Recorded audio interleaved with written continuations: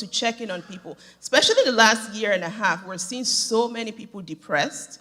We're seeing so many people committing suicide, and you don't have to wait till it happens to somebody you know or it happens close to home. We all should be each other's keeper. So if you don't see somebody, it doesn't mean out of sight is out of mind. We should take that responsibility and call each other, make sure everybody is doing okay. It's not until something bad happens and then we sit down and we just commiserate about, wow, how I wish I knew I could do something. Even picking up the phone and calling somebody and say, hi, I'm Pedro gesture.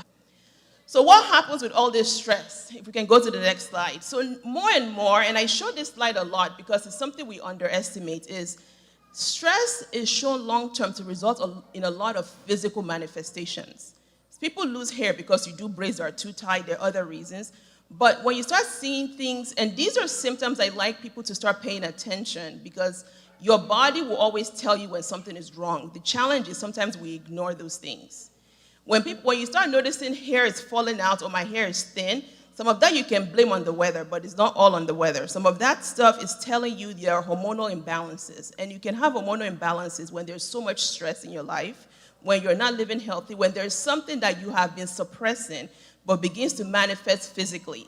Headaches. You know, one of the biggest things when people have headaches, before we think about it, we just grab Alabuco or something, or you grab Tylenol, and then even before you think about it, you start popping pills every day.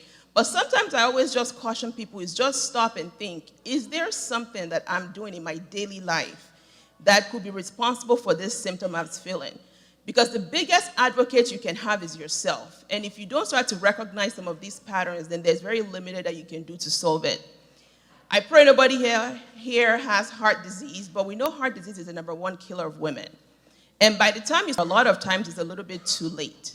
But we know heart disease is still rampant. And I'm going to show some information later, is because a lot of times we don't even recognize when we have symptoms that require us to seek help.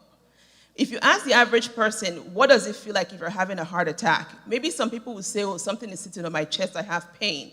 But we know for women, it's not always that way. Women have symptoms that are quite different. Some women just feel tired. Some women just feel, I think I'm having panic attacks. But those symptoms over a period of time are telling you something is going on. And one too many times we lose people. And so that, oh, if I only knew, if there was something that we could have done. My goal is when you leave here tonight is that you recognize things in your life that are calling your attention to some very pathologic behavior, unhealthy behavior that's causing physical symptoms, and we can make changes. So God help us.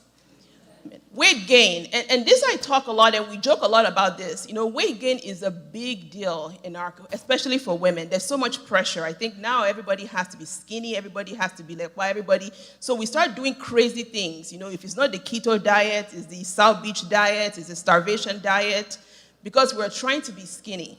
But I just want today because it does not equate being healthy. And a lot of times people think, oh, that sister, you know, if I can just like lose 20 more pounds or 30 more pounds, and we do crazy things.